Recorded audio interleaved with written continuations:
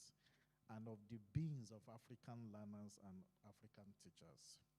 Curriculum transformation in the bid to replace what we call the Eurocentric epistemologies has been a priority in South Africa since 1994, at least, if you take it from 1994.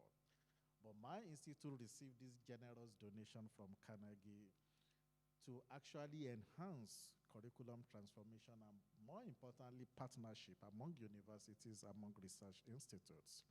The book was actually inspired by my institute, IPATC, and edited by Professor Tella Oluwashield and Professor Botala, who couldn't also be here today. It was published by Jakarta as a gift to the transformation scheme, not only in South Africa, but across Africa. The project kickstarted in 2018 with a 2-day conference on lessons for South Africa's curriculum transformation in the humanities, from Africa to African American studies at the University of Johannesburg. It was in August, and 3 webinars had been hosted on this same theme. Apart from 3 webinars, we also had a physical meeting in June 8th, in collaboration with the Department of Higher Education and Trainings. We have many research outputs that have come out. One of it, we have 4 newspaper articles, both in South African publishing firm and even in Nigerian newspaper outfit. At the end of the entire meetings, because we have 6 launches across South Africa, this is the first of it, but we are still going to 5 other universities to also launch the book. We will have a workshop report that will be disseminated publicly, and we will send copies to almost everyone that's here today. Thank you so much. I will introduce the panelists today. The table is not high, but let's assume it's high table. So let me introduce people seated by my right and by my left. You don't need introduction any longer. The first is Dr. Teller. So I'm also Teller for today. So I will act as Dr. Teller for today, who is one of the editors, is the head of Future of Diplomacy at the University of Johannesburg Institute for the Future of Knowledge. We also have Professor Crane, the former CEO of the Human Sciences Research Council. I will end there. So that's I don't make a mistake. We have Professor Becky Gomenzulu of the Political Studies Department here at UWC. We also have my colleague, Mr. Mangioli of the Political Studies Department and Research Fellow from the Center for Humanities Research at UWC. After they must have spoken, we'll have a Q&A session where people will be able to engage with them and also engage with one of the editors of the book. But if you ask me any question, I will direct you to my right or to my left. Then Professor Cherel will give the closing remark.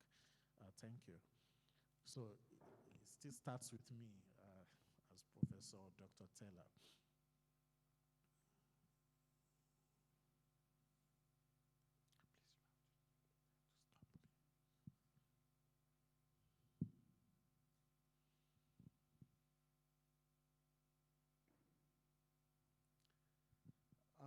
I start by saying that post-colonial African states and their universities, this is a declaration, have refused to be seriously committed to the deconstruction or what we call the transformation of higher education curricula.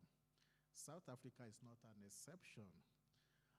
While successive post-apartheid administrations have tried to implement policies to stem the tide of knowledge dependency and also try to prioritize the agenda, the transformation agenda, the curriculum of universities continue to reflect what we call this Western hegemony.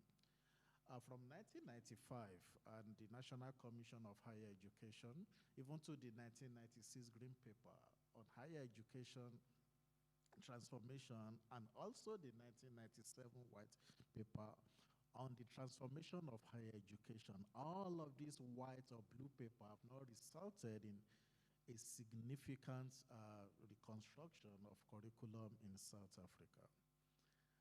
Apart from these white papers, several institutions were also created to fast-track the transformation of higher education system. Many of them have been established, including the Higher Education South Africa, which was created in 2005. Now the University of South Africa.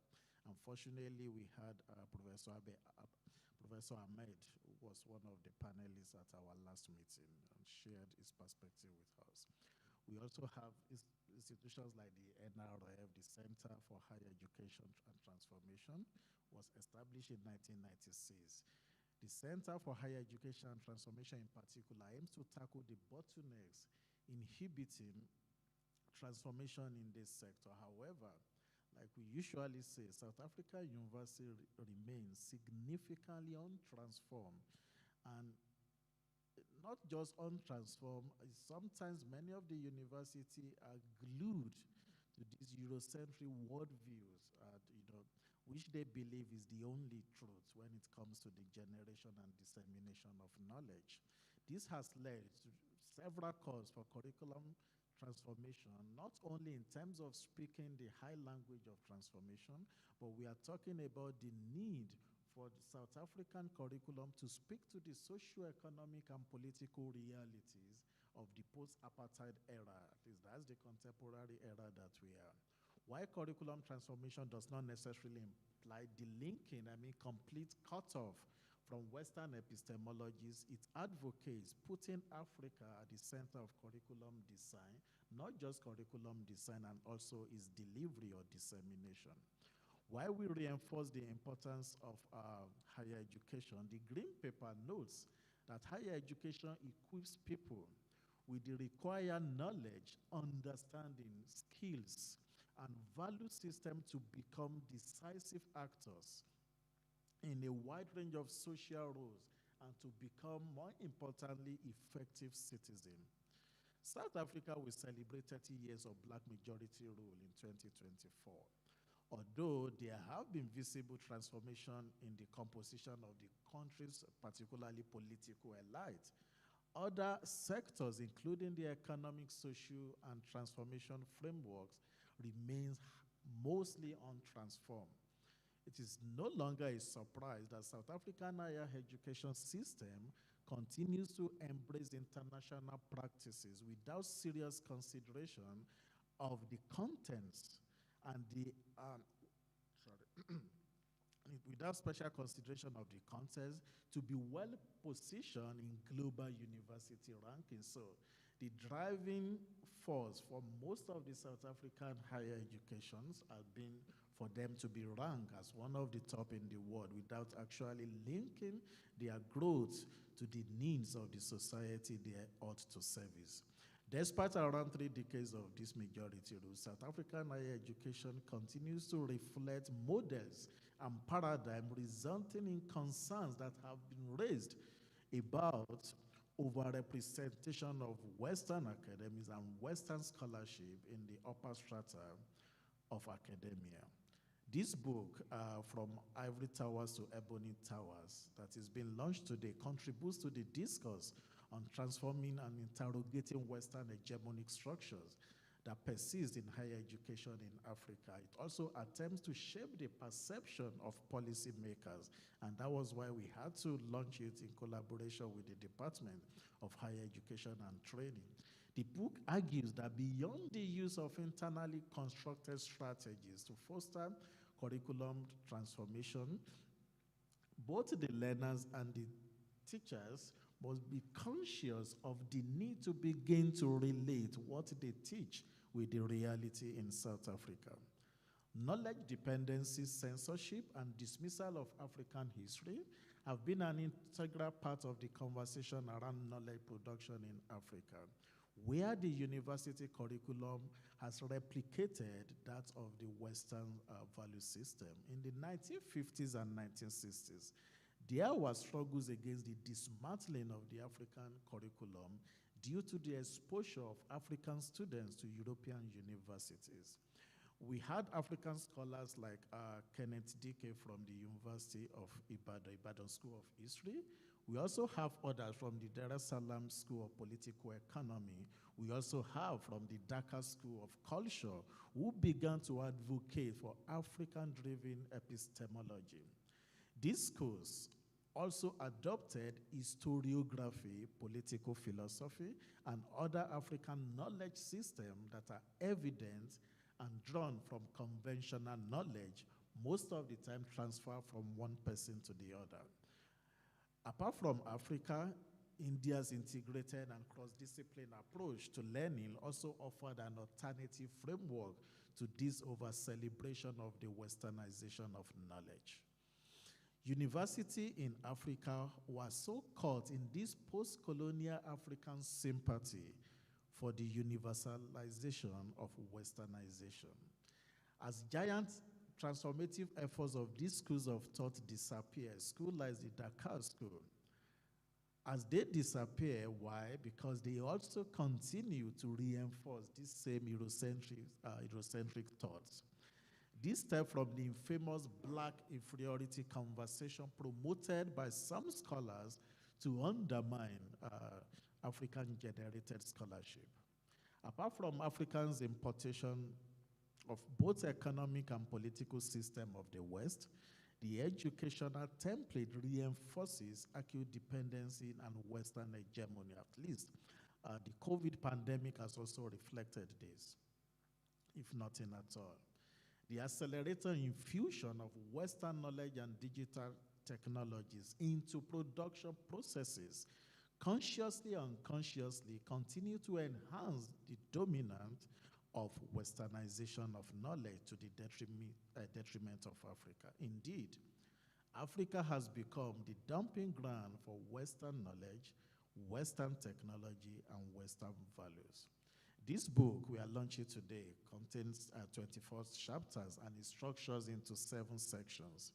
The first 2 introductory chapters by Teller and Professor Adebayo present an overview of the major themes of the book, while section 2 comprises of 4 chapters.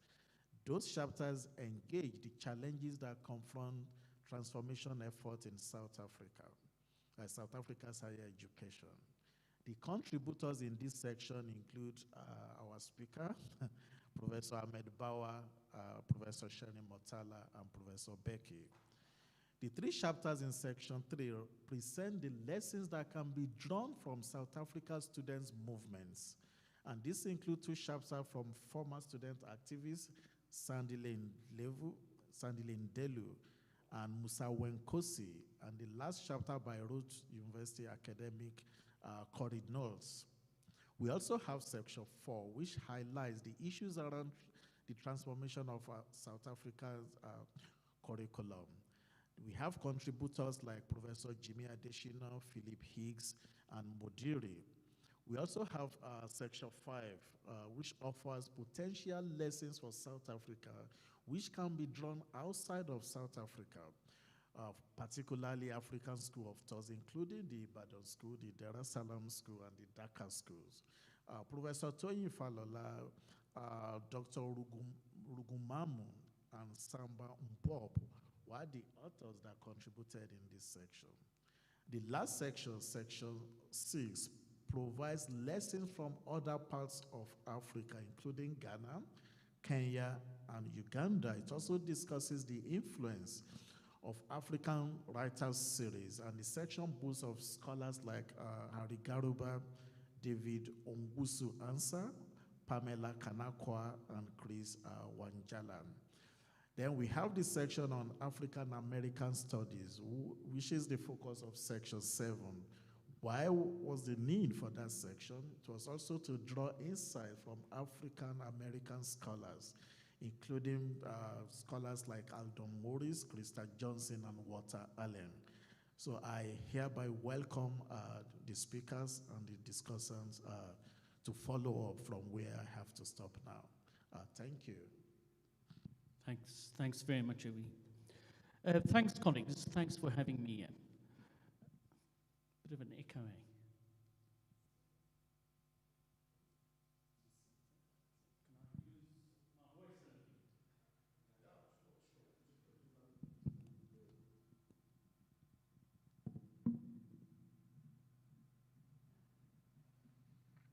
Okay. Oh, it still works. So thank you for having me here. And thanks for you folks putting together this book. I remember the occasion and some of the drama that happened actually at that particular meeting. It was an interesting time when it happened. So what I'm going to do is just quickly take you through the contribution that I have made in that book, and that contribution is essentially to say that there's an implicit argument that is happening in the decolonization discussion in South Africa, and to try and give you a sense of what the elements in that argument are all about, and to try and conclude with a sense of how the argument could be brought together. So I've been working for a little while in trying to lift out what I think are the major positions that are shaping up in this discussion. And some of you may have been following this. Jonathan Jansen has also done some work here. Jonathan Jansen essentially identifies 5 or 6 schools or positions that are emerging out of what has happened. I focus on only 2. I think there are 2 big positions which we really need to be coming to terms with. And I say we need to come to terms with this because, so yeah, I'm going to stick my neck out and say to all of you, the discussion is far too superficial. It is marked by rhetoric. It's marked by kind of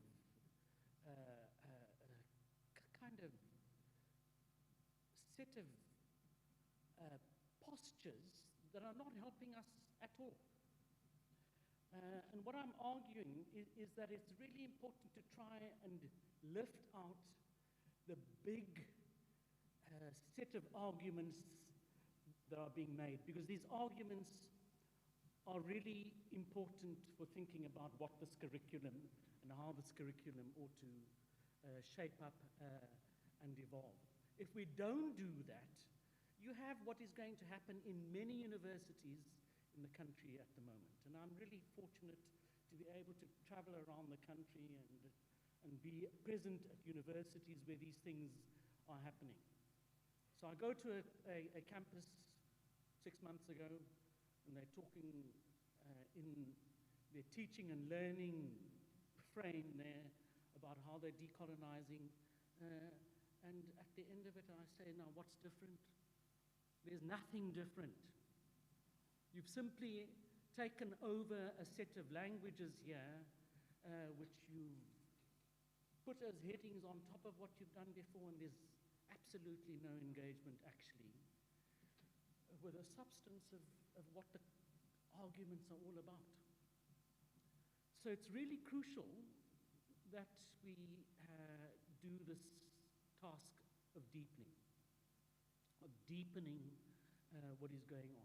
So let's begin with what I think is the agreement in the argument. There's an agreement in the argument. There's an agreement amongst a whole lot of colleagues who are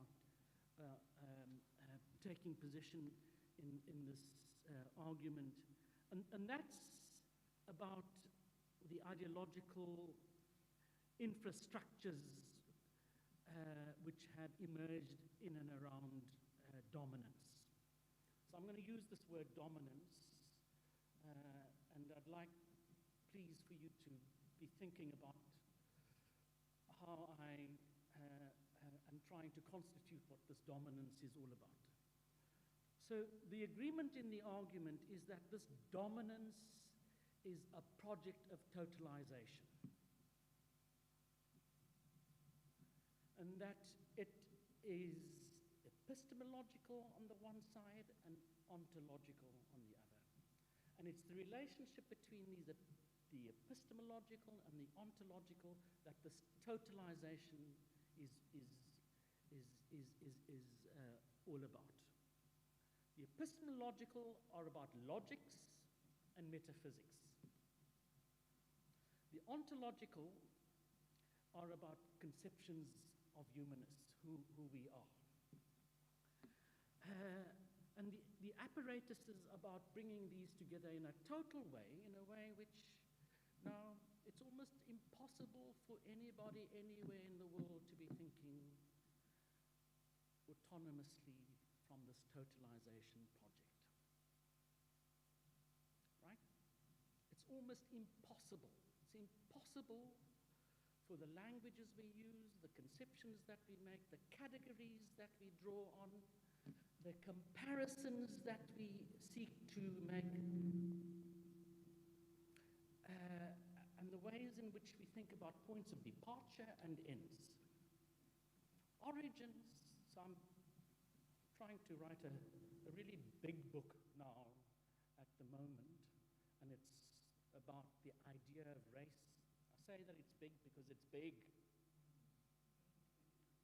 It's big in its ambition, and I may fail. You know, it's trying to understand how it is that this totalizing thing has happened to us.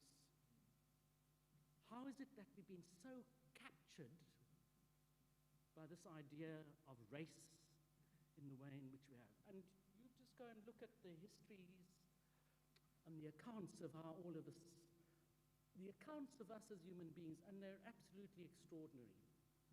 So these, you know, race is a modern idea. It's an idea that arises in the late 1500s, early 1600s. That's when it wasn't there before. But these archaeologists and paleo people who work with bones and so on, quite extraordinary. I'm trying to put this now in the most polite way in which I can. These people rummage around with these bones and they say, yeah, we have discovered a European.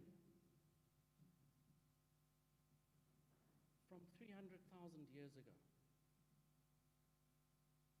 They come to Africa and they will say, yeah, are clearly Negro bones. And it's quite extraordinary how all of this is instituted into our discourses in ways that you cannot even see any longer. It's a total project. It's a project from which you cannot escape. And this is what the agreement is really seeking to get at. It's trying to get at how this thing has come to be so absolutely ubiquitous and encompassing of everything that is permeating in our heads, in our vocabularies, in the ways in which we think. And the agreement is about the urgency of finding another way, of trying to develop a way out of this total project. And that's what the urgency is all about. And so this big issue in this debate is how this knowledge of the last 400 years has come to be accreted, has established itself, and how out of it we have come to a sense of who each of us is, who each of us as human beings can be. The labels we use, the languages that we have at our disposal, the understandings that come with these labels, languages, and so on. And it's particularly evident in anthropology, political studies, history, sociology, psychology, has not been able to escape. I mean, all of these disciplines are take as, if you like, their points of departure, this totalization. So that's what the problem is. And that's what the decolonization agreement is aiming at undoing and offering us this opportunity for remaking. Now, in that agreement, notwithstanding, and I'll say this just quite quickly, there are two positions from the way in which I see it that are emerging, and I don't think that I have the right language yet to describe this stuff. I'd be very happy to be hearing what you might think of all of this. And these two positions are essentially what I call new black consciousness, and the second position is new African humanism. And they are really quite important to deconstruct and to analyze. Because they're doing quite different things in the ways in which they're attempting to deal with this problem of totalization. So, very quickly about new black consciousness. What new black consciousness is saying is that whiteness is responsible for black people's alienation. It seeks to control, and I'm quoting Gamedze here.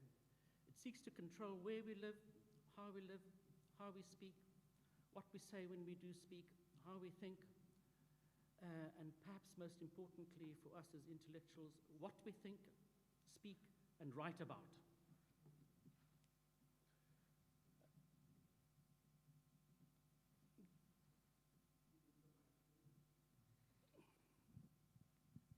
Yeah, I was just worried about the echo. So it says, as black people, this process of alienation is one we need to tackle, resist, and subvert. To be a radical African intellectual is to challenge on fundamentally personal, institutional, and societal levels this form of alienation that colonial education encourages. And so that's its basic point of departure. And what it is, it's a fundamental rejection of the way in which this whiteness totalization has come to normatively frame space, consciousness, time, all of it. And its approach to all of this is through the black body. And what it is trying to do is to recuperate the black body. Because the body has been read as an Descartes, as an object of separation of the head and body, in a way in which the material modalities of whiteness have come to signify what bodies are all about. That white bodies are the reification of what the evolutionary ladder and endpoint is all about. Black bodies are on the way. They are in the process of becoming. So what this new black consciousness, very importantly, is talking about is the denigration of the black body and the idolization of the white body. So that's what this position is all about. The African humanism position is in a large way in agreement with a lot of that. Except that it begins with a different set of epistemological, if you like, horizons. So it goes along, and I'm going to use Mbembe here as the primary interlocutor. So it begins with this sense of what has been taken away. It starts off by saying what this project is all about is the taking back of our humanity. Pardon me, it is the struggle to repossess, to take back, if necessary, by force, that which is ours unconditionally and as such belongs to us. So really important in this position, and there are a number of people who are taking this position. Mbembe and Kwesi Pra are the major articulators of what this position is all about. And they really are anxious to seize back the initiative in how humanists, so it's not the black body, I'll come back to this, it's how the human essence of who all of us are can be restored. I have 4 minutes. But the way in which they do this is by essentially taking the position that what this totalization project has done is to appropriate what is not theirs. And to say that this is ours, this is our creation. This is what this thing called the Western idea is all about. It's a Western idea. I mean, their key project is to actually show historically that this thing, what is called the West, is the beneficiary of everybody's contribution throughout the world. The West is a point in time. It is not time. It is a point in time where this history of human civilization has come to a particular point, and it's suddenly described as white and Western. So what these humanists are saying is we have to take back the whole thing, and we have to rehumanize it.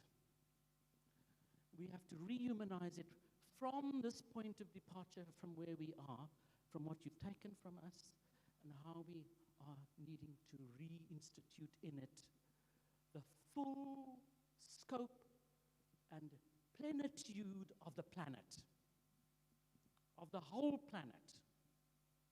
And the extraordinary thing with Mbembe is that he pushes it even beyond human ontics to think about life in general. Because what this totalization has done is to separate this human body in its dependence, in its dependent relationship from other kinds of bodies, from other life forms, from other ways of being.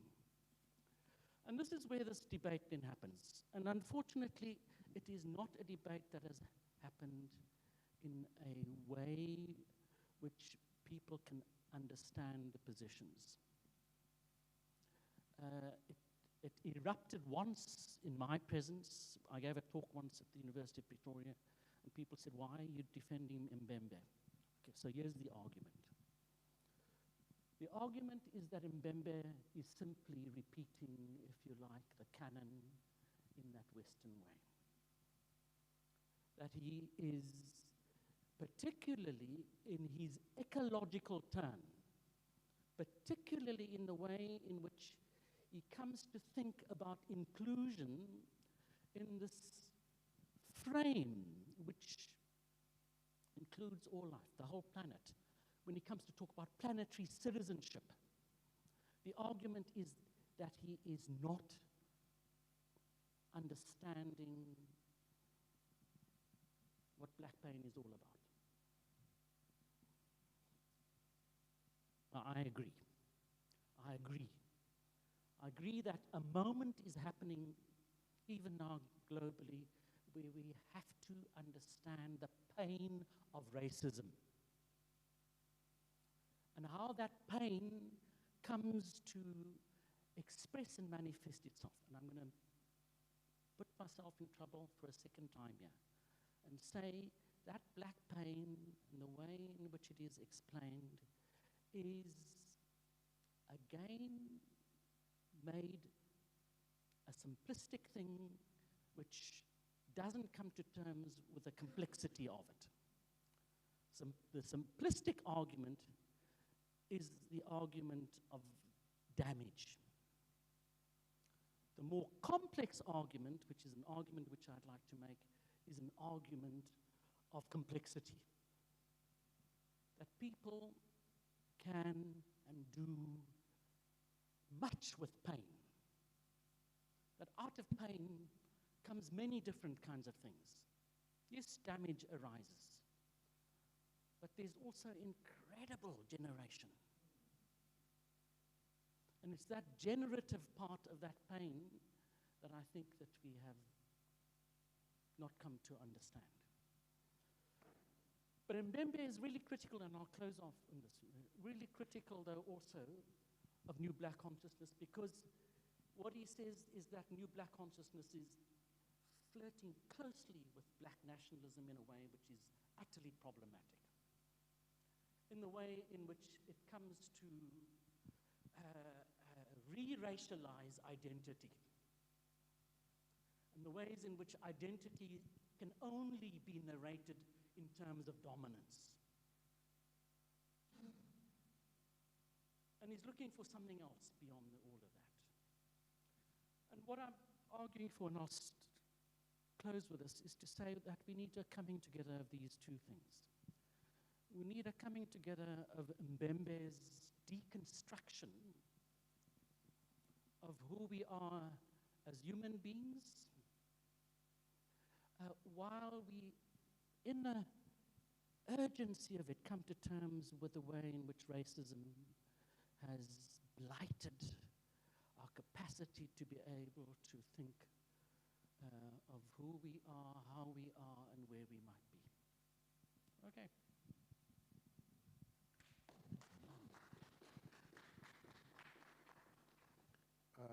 Thank you so much for that holistic understanding. And without representing, I will just call on the next presenter.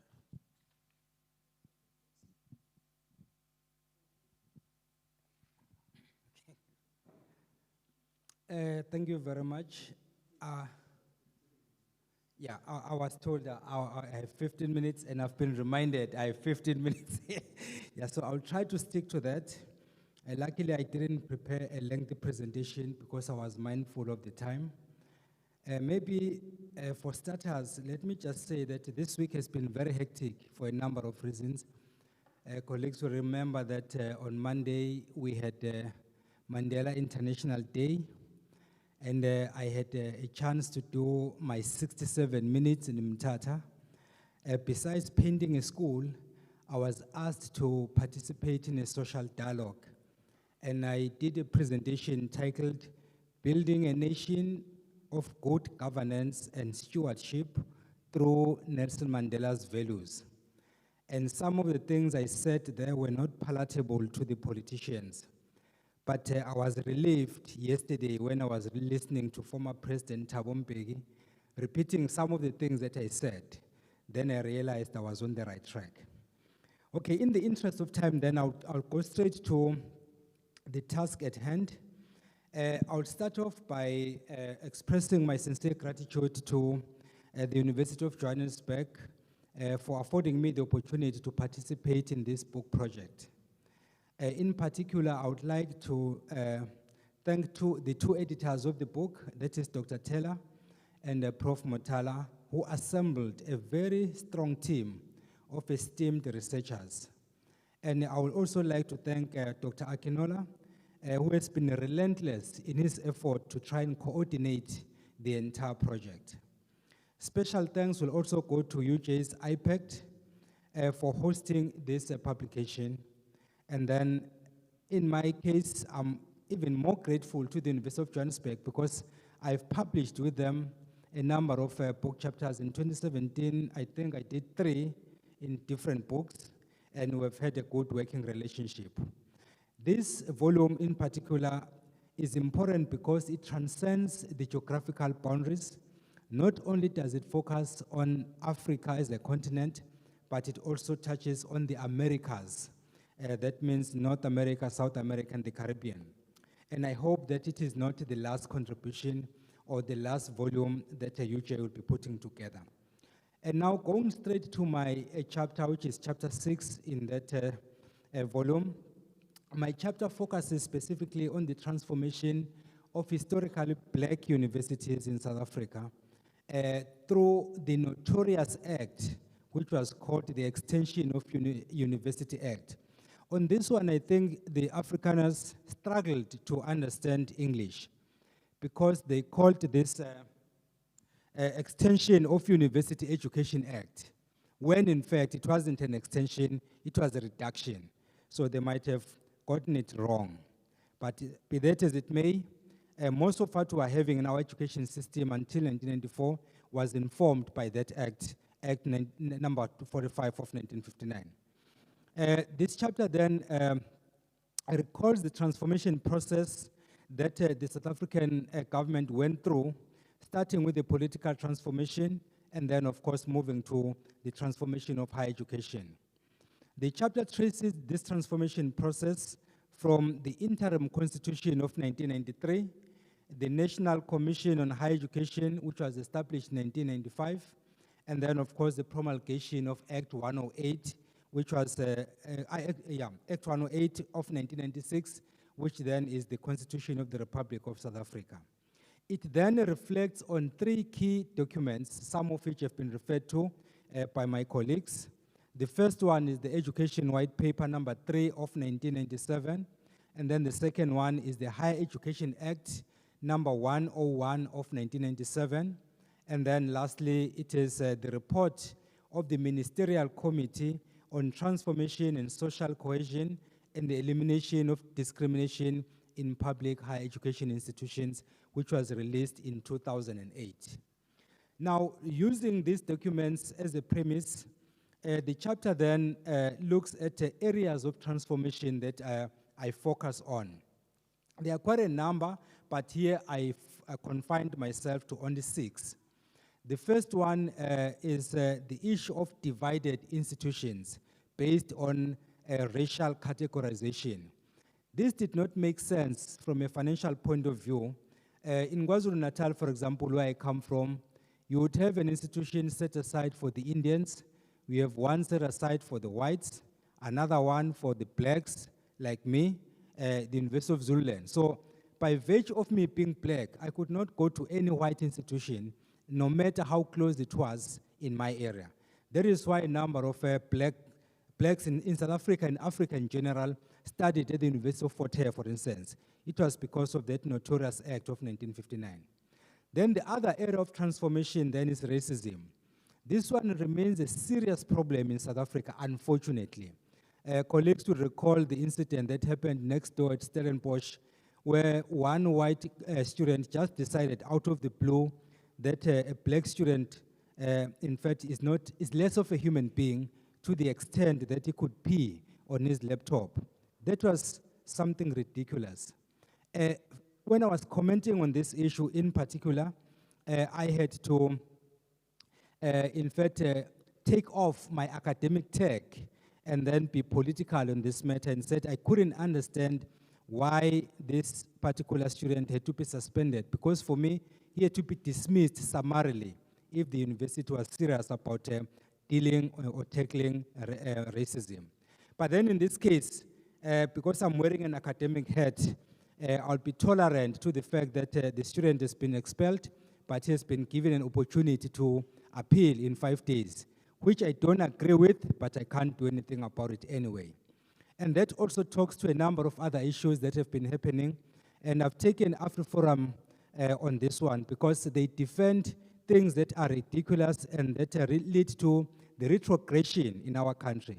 For example, they would defend someone, a white guy, who pulled a gun on a 16-year-old guy just because they were fighting over salt.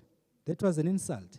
And then we also have AfriForum defending a white farmer who shot a black person saying that he mistook him for hippopotamus. So there is something wrong with the eyesight of that particular guy, because a hippopotamus and a black person, they cannot be the same. There have been many instances where black people have been mistaken for monkeys. That is something else that we're dealing with. Unfortunately, this racism then creeps into our academic institutions. So then in this transformation agenda, then I looked at racism using the race saga at the University of Free State, which colleagues might remember what happened in that particular institution. So I use that one as an example. Then the other area of transformation is infrastructure. We know that the infrastructure of historical black universities is not a match to historical white institutions. And there are reasons for that, and there is a history behind that. Then the other area of transformation was staff profile and student profiles, where if you were black, you knew where to go, and if you were white, you knew where to go. And this transformation agenda after 1994 then was very difficult, because the moment you send black students in historically white institutions, then they would be frowned upon. And then if a white student goes to a historically black institution, either that person is celebrated or is frowned upon. So that is the situation then that we found ourselves in. Then the fifth one was curriculum. So we needed to transform the curriculum so that we don't teach a westernized curriculum in a university located in Africa in the post-colonial and post-apartheid era. But then, as Prof. Sodin has just mentioned, when we discuss these issues, we seem to scratch the surface and we don't go deeper to look at what the real problem is. Then the last one is in the area of research and postgraduate supervision, where if you are supervising a student, you want to channel the student to say things that in fact make sense to you and not to the student. And then on this one, I cite a number of examples from East Africa where the academics and the politicians came together and wanted to transform the curriculum and the research agenda of the Federal University of East Africa, which was established in 1963, and then, of course, to be disbanded because there were a number of things that were happening between Kenya, Uganda, and Tanganyika, and then, of course, later, Tanzania, after the merger of Tanganyika and Zanzibar in 1964. So these are the areas of transformation that I focus on. As I conclude then, Chair, I look at possible solutions as to how we could get out of this situation. On the issue of curriculum, research and postgraduate supervision, the proposal I make in this chapter is that we should use local examples. Here I'm reminded of the late Julius Nyerere, who argued that in the context of the Federal University of East Africa, it wouldn't make sense for the politicians to go around trying to solicit support and then try to raise funds for the sustainability of the university, only to find that they were teaching something that was not relevant to the people of East Africa. So then basically it means that if you use these different examples from outside that don't make sense to the students, you will find students failing, not because they are dumb, but because the examples we are using don't make sense to them. At one point, for example, Dr. Milton Obote said that he almost failed his English exam because they were talking about daffodils, something he had never heard of before. And then he was arguing that why didn't they use something that he knew so that he could relate to it and then be in a position to argue convincingly using something that he was comfortable with. And then on infrastructure, I suggest that our institutions could use the alumni and the private sector to try and raise funds to augment the subsidy that comes from government. And then in the case of a student profile and staff profile, I suggest that institutions should increase the research outputs because there is monetary value that comes from government, and also try to make these institutions reputable and attractive.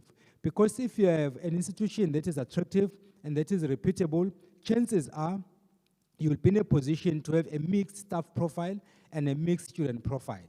If you don't do that, you will only have one segment that goes to that institution for political reasons and less for academic reasons. And then the argument I make at the end then is that as much as I focus on historical black institutions, historical white institutions have challenges of their own. If you were to talk to them, they would have a story to tell. And then that is basically the points that I'm making. Thank you, Chair. Sure. Thank you. Yeah, thanks for the opportunity to respond. And obviously, I'm sure that everyone who's here with can appreciate the complex task that I have. And of course, I've had an opportunity to sort of read the book before, and I have to say from the outset, the project is expansive, and therefore sticking to something I think Prof. Krensuddin said in a workshop on publication, I think hosted by the center a couple of years ago, around the value of slow thinking. And so sticking to the advice that he gave, I thought, let me just stick to a few things, isolate a few things from the project itself and perhaps talk to that. And so I think what the project represents and how it resonates with me in particular in the Center for Humanities Research, I think the center has been sort of contemplating or meditating on the idea of what is the role of the university in Africa. And I think this project sort of speaks in ways to try and answer this particular question, because if we're only looking at the role of the university in Africa, we're going to look at what kind of human beings or political subjects come out of this particular university, and what is their agency, and how do they continue to shape or create meaning or make sense of the world that they live in. And I think a few values that I think or good things that come from the book is that normally, I think when we come to the question of decoloniality, because the decolonials do draw a particular distinction between decolonization and decoloniality. And I think importantly about what they do is that they look at decoloniality as this sort of residual impact or effect of colonialism itself.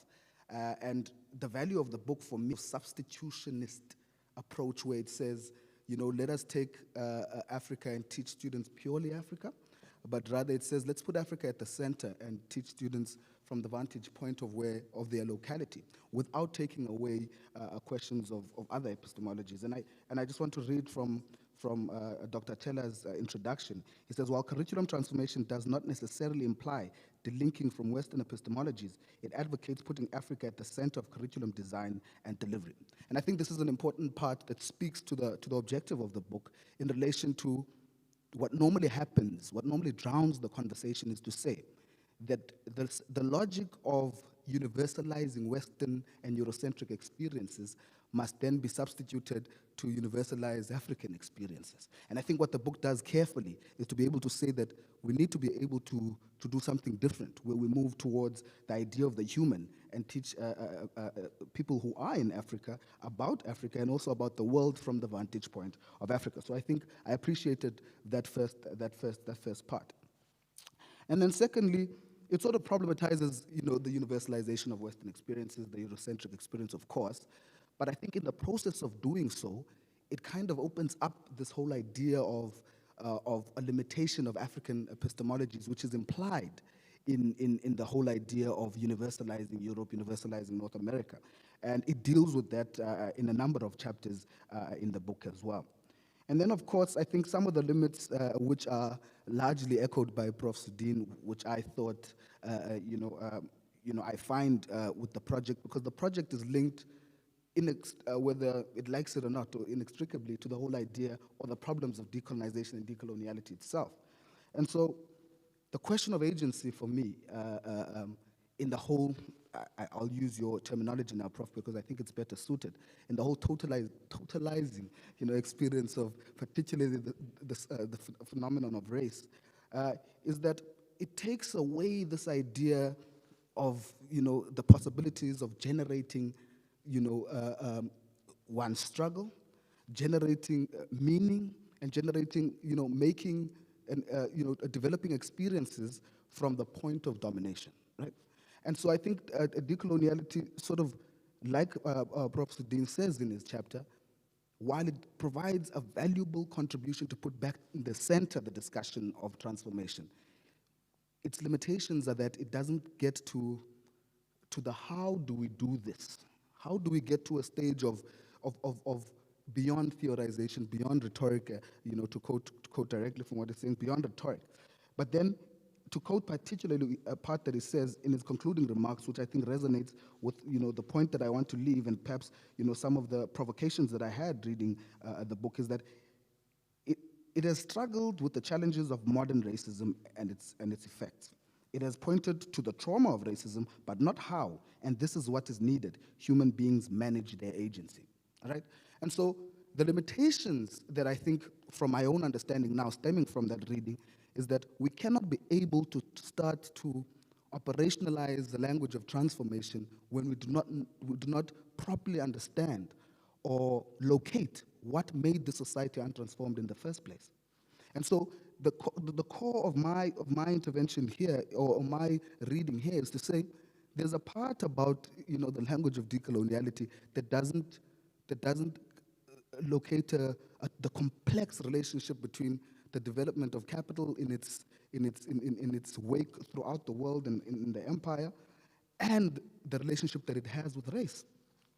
And as a student in South Africa who's particularly interested in Bernard Magubane and his intellectual history, I think there's a valuable part there in looking at how South African society itself develops, and how racism and racial ideology develops in South Africa. Of course, it is an interestingly unique way in which it develops, but it tells a particular story of how racial ideology is transported from, say, Britain, from Europe, more generally speaking, to the context of South Africa. And of course, if you look at Eric Williams on slavery, where he speaks about the relationship between slavery and racism in the American situation, because I think the book does have an ambition that goes beyond the African situation. And therefore, I think parts of what I find limitations in the decolonial turn is this idea of essentializing race while leaving other categories which are critical to the development of these social stratifications outside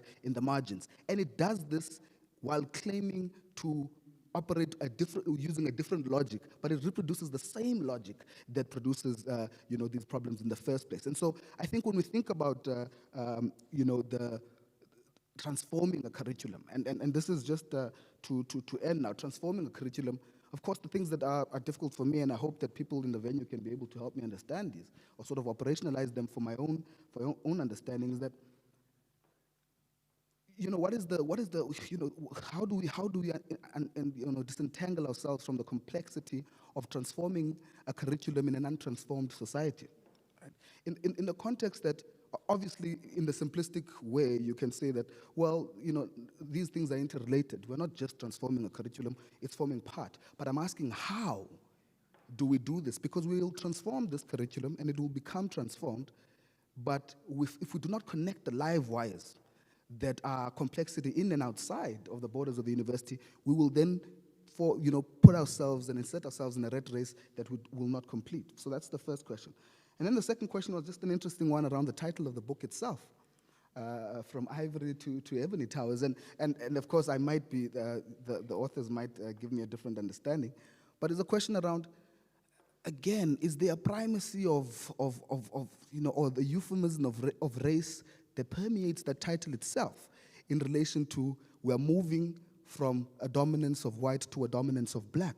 And what are the implications for this idea of not wanting to take away dominance, but to change the agency of dominance? Thank you very much.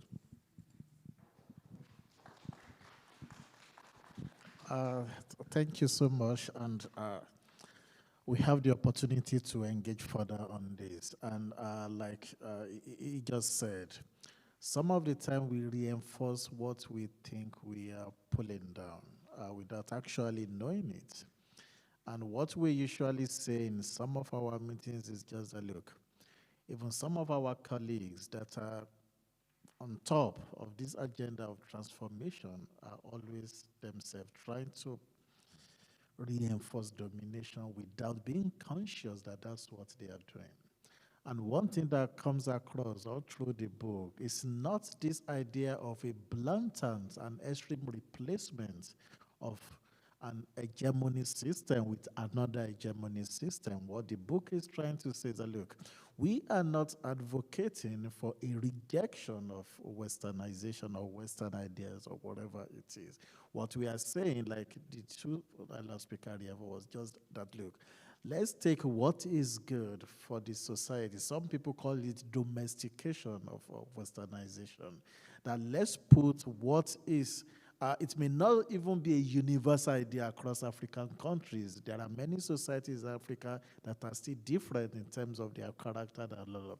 But let society determine what is good to them and let them teach their people what they think is good for that society. So it's not really a competition between African knowledge and Western knowledge, and that's what comes through even in the book.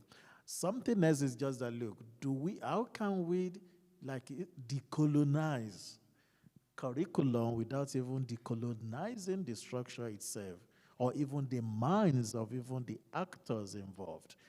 Some people see it as competition between two extreme form of, Westernization and extreme form of black dominance. But that's not what the book is all about. Well, I don't want to, let me open it for our colleagues here to also interact with the speakers. So this is Q&A. If you have a comment, you can pass it, not just necessarily questions. But if you have a question, please make it short. And it's better if you also, so that we don't go on and on. And it's also better if you speak to the person you direct the question to. Don't direct it to me. Direct it to them. Thank you.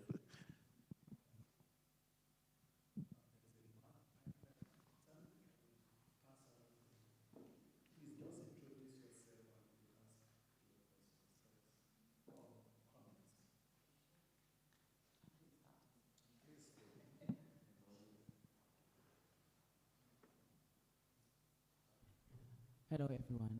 Am I audible? Hi.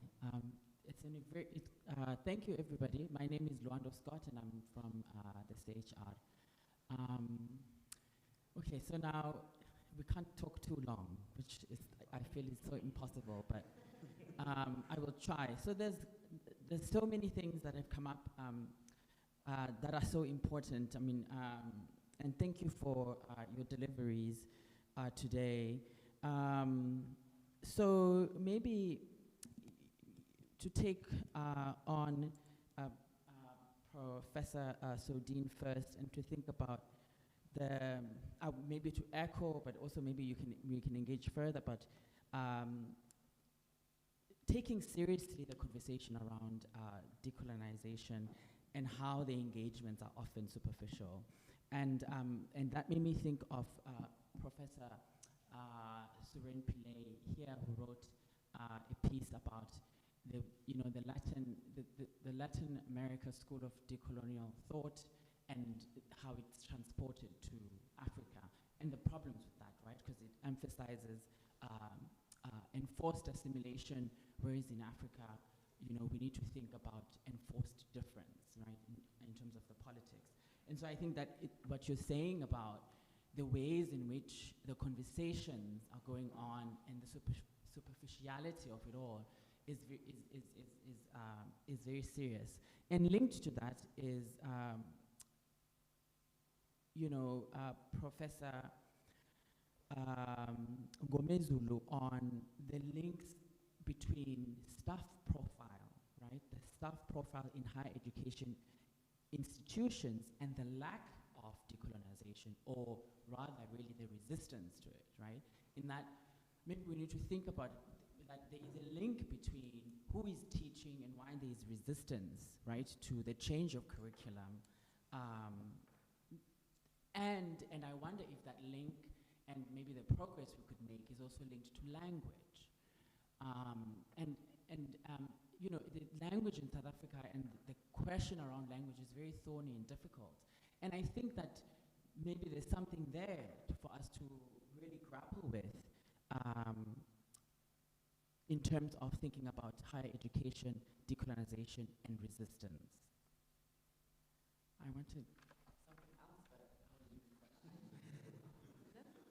Please, the next, we can just take a round, then we come back to our speakers. Are we taking one round at a time? Yes, please. Do you want to comment or ask something? Yes, please. Okay.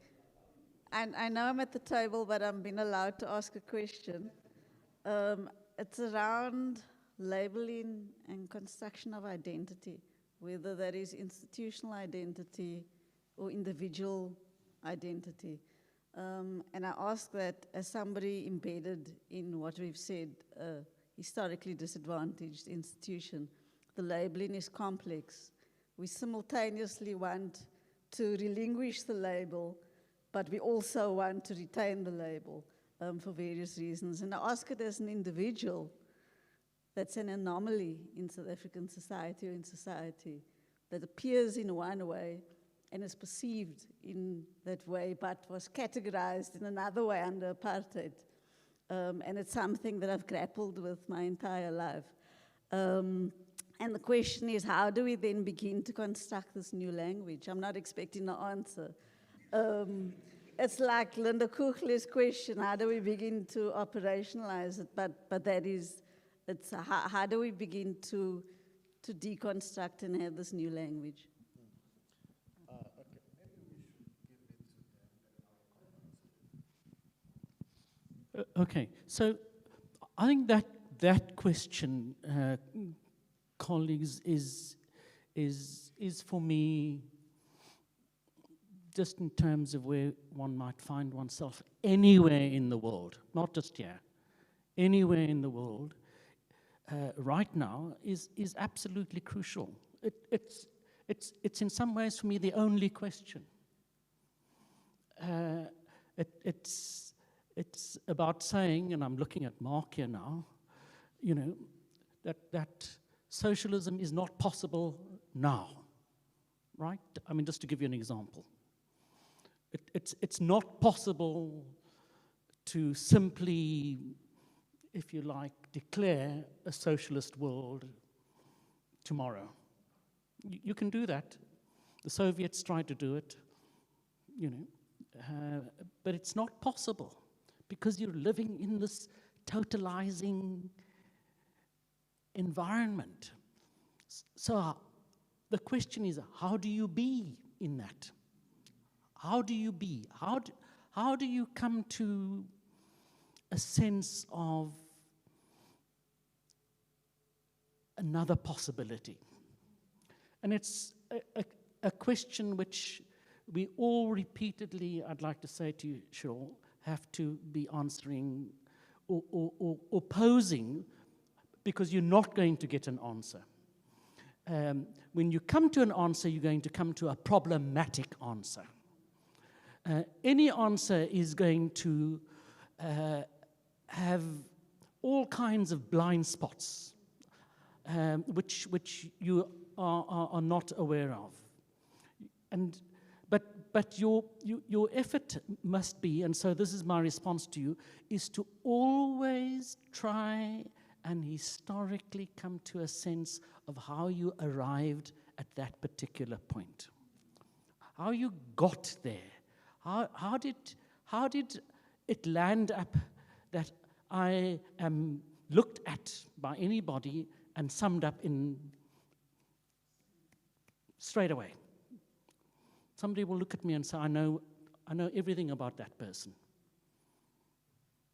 You know, simply because of the ways in which the discourse of totalization comes to happen. Now, how do you resist that? How do you work against it? And it's Spivak speaks about strategic essentialism, will say that you might, for a single moment, hold on to that thing of being a black woman. You might want to use that in the politics of that particular space, but you need to know that that's in itself a problematic position to be holding.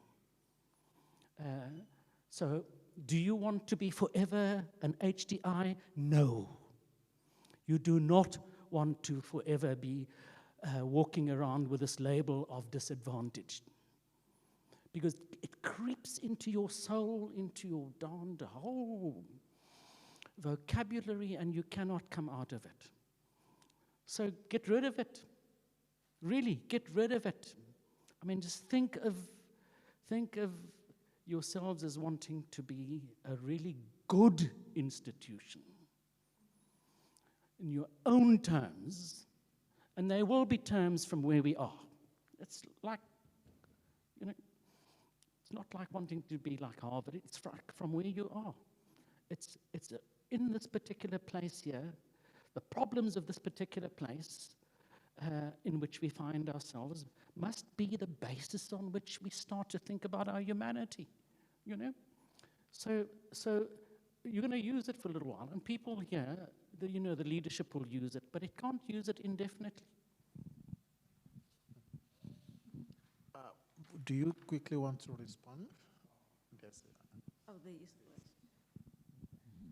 All right, thank you very much. No, I'll start off with one question from Mr. Manjori, which was very profound, asking how do you transform a curriculum in an untransformed society? That's a very critical one.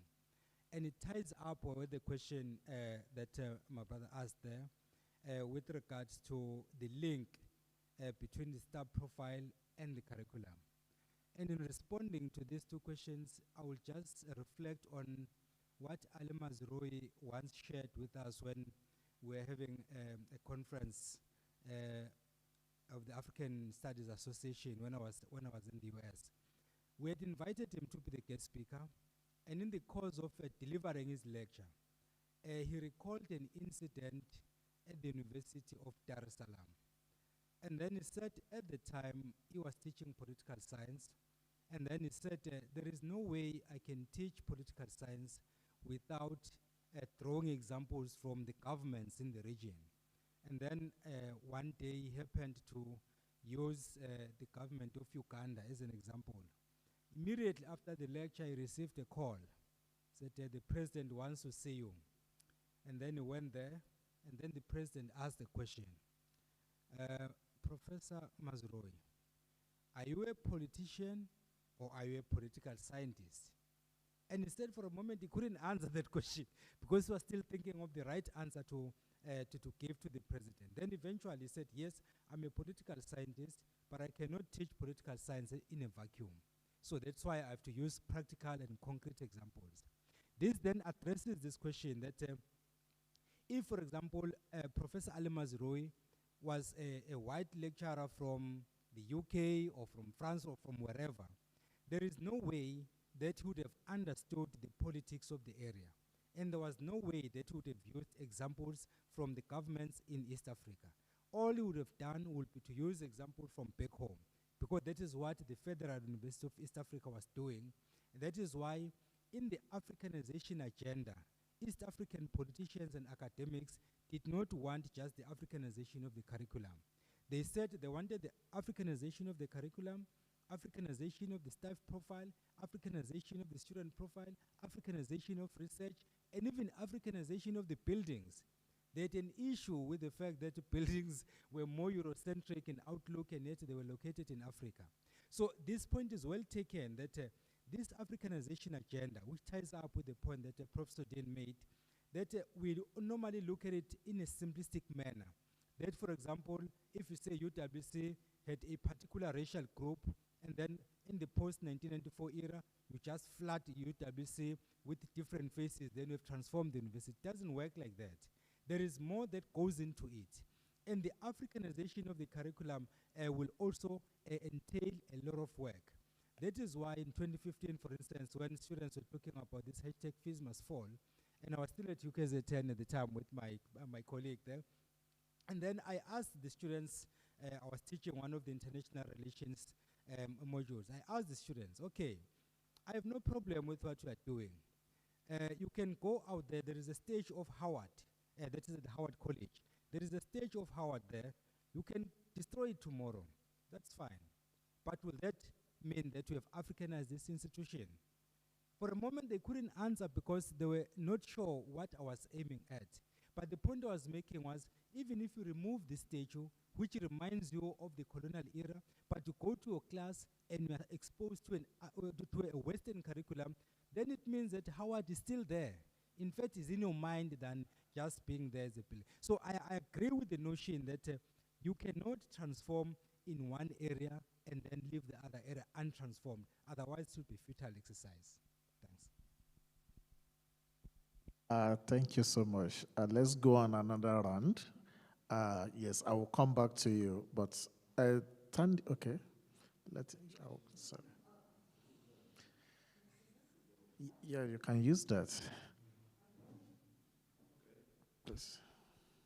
Yeah, interesting contributions. I think it's an excellent intervention to set the agenda for us to think about these things. Now, talking about transformation, talking about decolonizing a curriculum, my very pertinent question will be then, what would constitute the decolonization of a curriculum?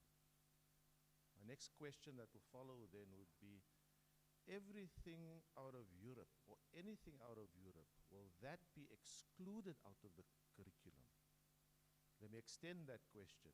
Does it mean that everything out of Europe is bad and then doesn't have any kind of credibility or any kind of value in a curriculum of decolonization? That would be my question. What would be the pertinent things that you would have in a decolonizing curriculum? Thank you. Please.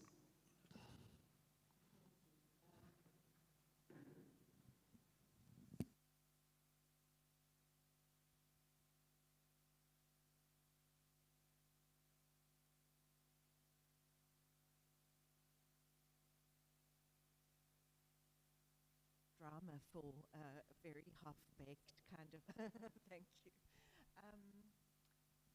Thanks for the fantastic inputs and for Linda Kuchle for your discussion.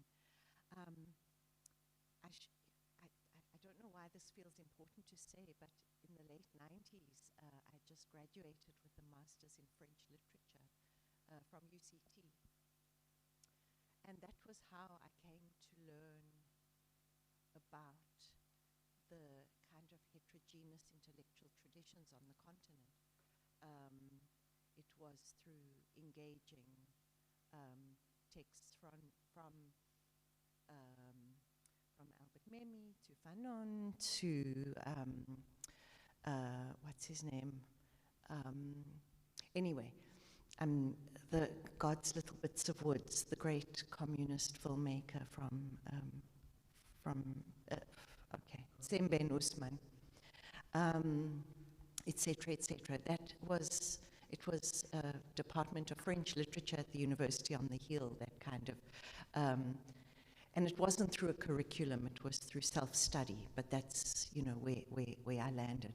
But then where I landed was, it's time to leave the Hill and come onto the Cape Flats, and I came to UWC to decolonize my PhD and to undertake my doctoral studies here. So I am a proud graduate of UWC.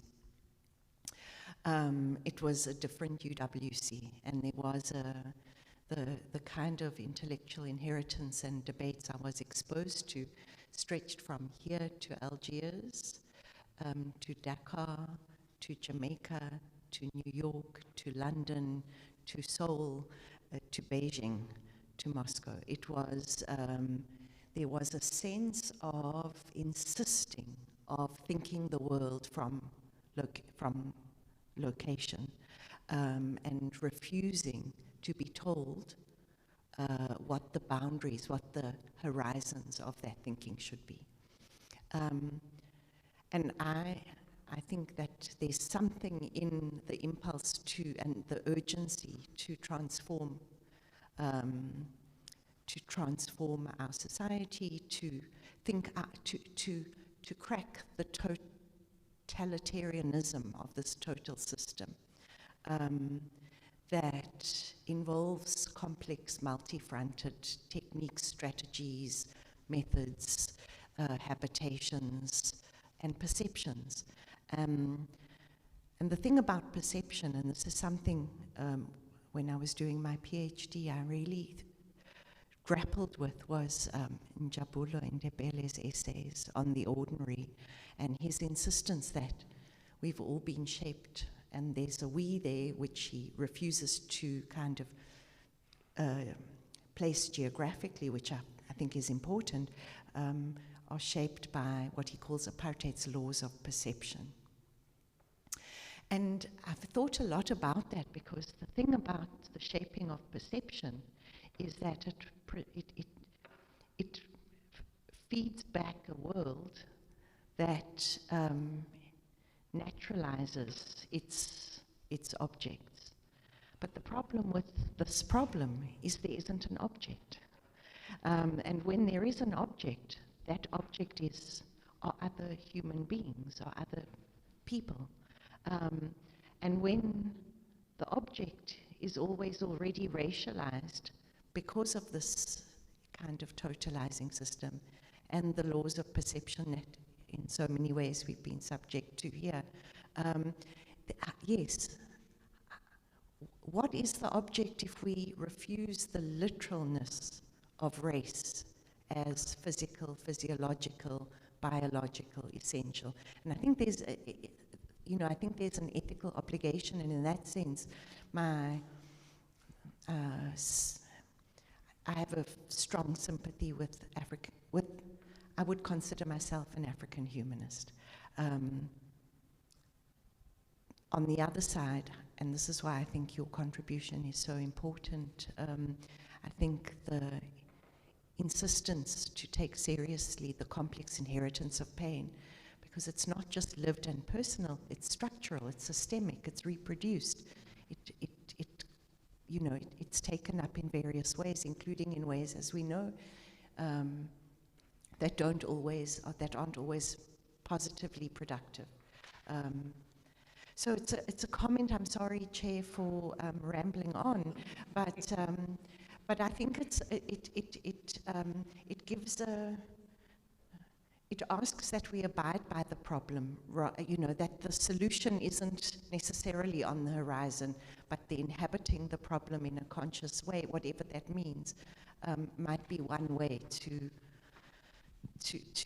crack this totalizing, So, I would be very happy if there could be a response, so that it's an opening of the conversation further, and would be very happy if the CHR would host a series of seminars on, on the problem of race without object, or with too many objects.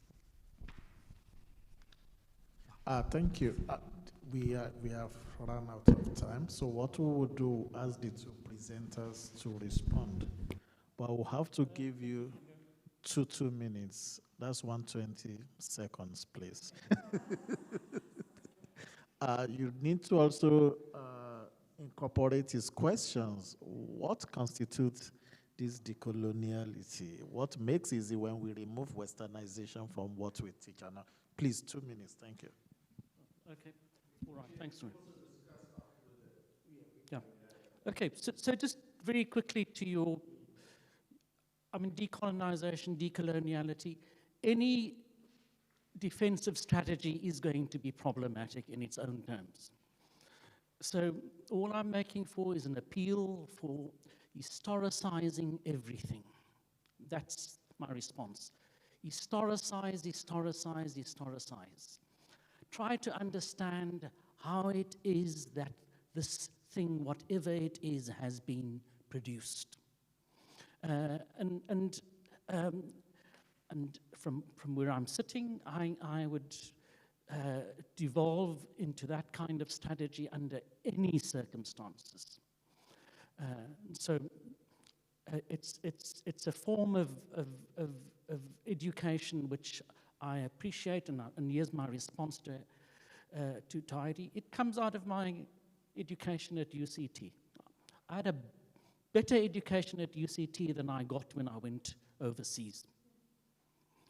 During the 1970s and the 1980s. But the people who taught me were not only the people in front of me in the class, there were the people around me. I was the beneficiary of an incredibly stimulating intellectual environment. It was there at UCT. It wasn't of UCT, it was there. And it's really important to, to talk about that. It was anti-UCT, but it was more than UCT.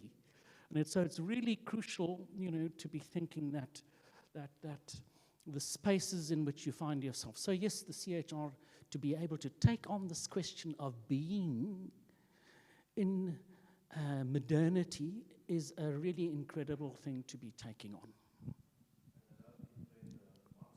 Thank you.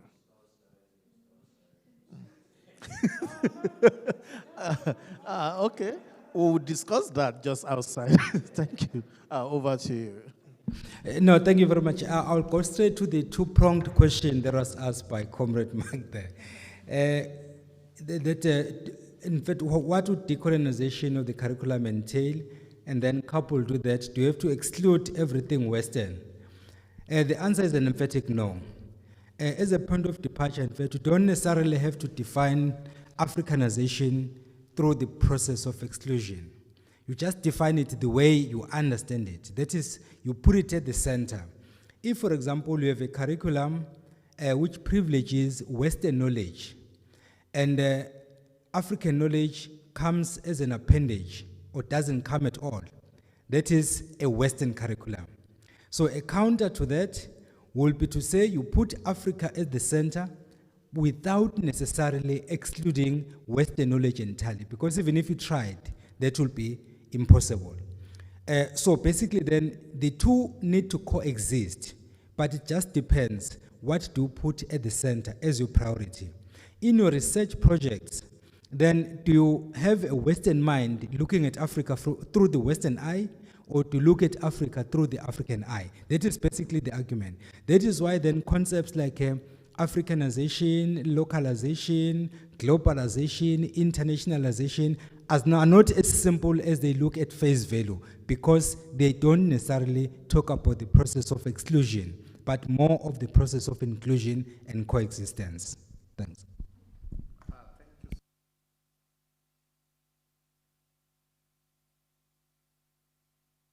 Thank you. Thanks. Now, mine is just to thank Prof.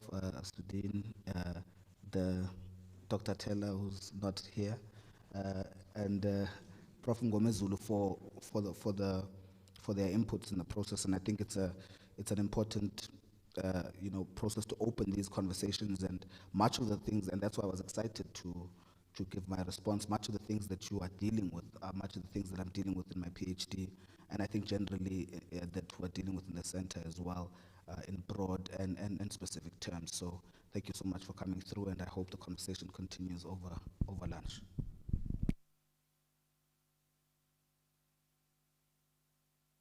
Thanks so much. So I guess it's fitting that we had a discussion which is simultaneously invigorating and tiring. But thank you very much for the inputs, for the robust discussion and the deep insights. And I think that the discussion that was started here, since it's recorded, is something that we will grapple with further. It's not the end of it. So just to say thank you to everybody that gave the input. As I say, you said, Crane, that we deal with transformation in perhaps a superficial way, but I certainly don't think that the discussion here was superficial by any means. So thank you for that. And thank you to my colleague and the Institute for approaching us and partnering with us. And we have reached the end. It's 30 minutes past the hour, so we've stuck very much to time. Just thank you to everybody that's attended, and to CHR as well. And I'll close the event, and stay safe and stay well. Thank you.